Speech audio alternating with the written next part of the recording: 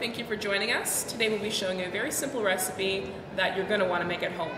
Now for anyone who's had it already, fresh mozzarella, just about the best thing you could eat. So we're going to show you just how easy it is, and it's about 3 ingredients. So go to the store, pick up a couple things, and make your family very happy. Our first ingredient today is a cheese curd that we just found at our local grocery store. You can just Google cheese curd, grocery, and your area, and you can find this. Very easy to find. Our second ingredient is salt. We're just using table salt today, but you can use kosher salt, sea salt. It depends on the flavor you want in your cheese, and the amount of salt depends on how much salt you want in your cheese. And our third ingredient is water. We're just going to add some salt to our water. Nice healthy portion of salt there. And we're going to turn the heat up so this brings to a boil, and then we're going to let it cool down a little bit before we add it to our curds. We need a grater, and this is so that we can grate our cheese to finer pieces.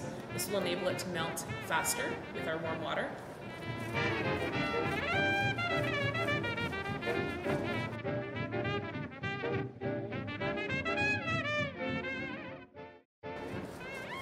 This cheese curd is firmer than most cheese curds you will get for mozzarella, but it'll work just as fine.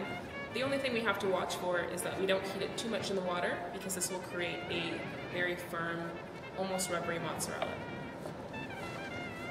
Now that we've grated all the curd, I'm going to put it into this stainless steel bowl.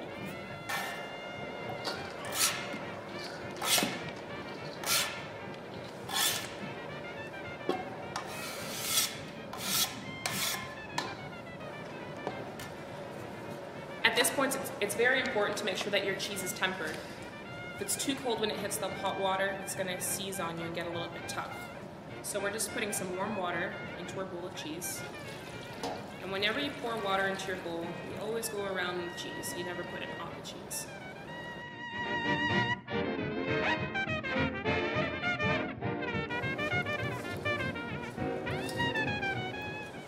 At this point, I'll set the bowl aside for about 10 minutes just to make sure the cheese is nice and warm. Now that our cheese curds are tempered, I've taken a bowl and a colander, and we're going to drain them.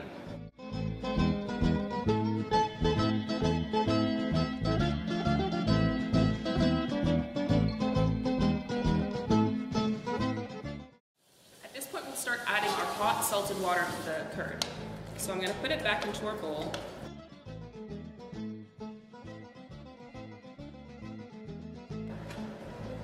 You want to make sure your water is 90 degrees Celsius at the very least, but not too hot. Or else, as I mentioned before, our finished product will be very tough.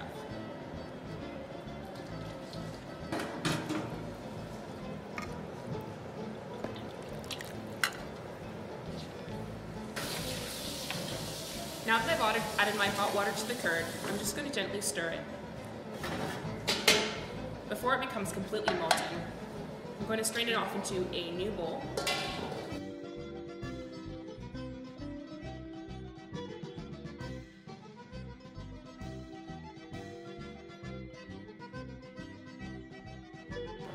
And now we'll continue adding hot salted water around the bowl.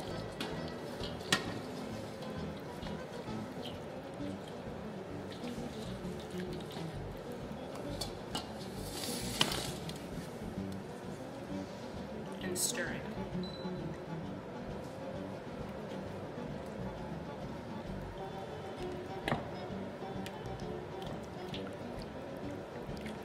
At this point, the curd becomes very pliable, so we can actually begin to stretch it.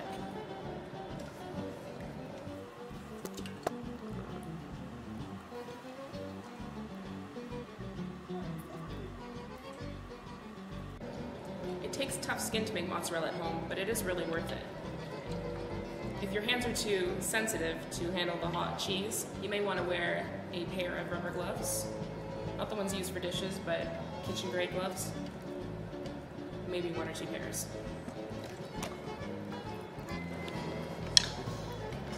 You're going to continue stretching the mozzarella until it becomes very smooth and shiny.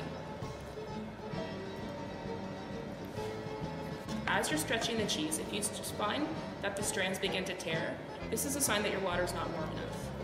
Your cheese curds are beginning to seize, and they're resisting the stretch. You can see the mozzarella has become very smooth and it's got a nice shine to it. Our final step in this process is to form our mozzarella balls. So this is very simple. You want to form a bit of a bun here and then push it through your thumb and forefinger,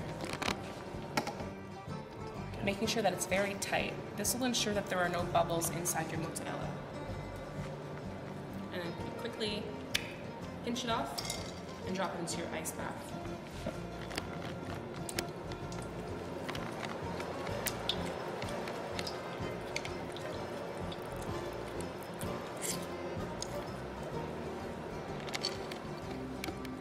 So what we have here are the ingredients to put together a caprese salad. We have fresh tomatoes, fresh basil, really good Italian olive oil, and some aged balsamic vinegar. It's a little bit thicker, and we're just going to drizzle that on the salad at the end. So we've picked up some nice, fresh, vine-ripened local tomatoes. Fresh tomatoes are the best to use. You can use heirloom tomatoes, which are usually interesting colors, yellow, for instance.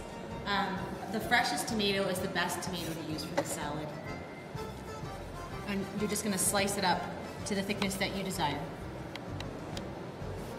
Next, we are going to plate our caprese salad. We will layer it with basil, cheese, and then tomato, and continue to do that.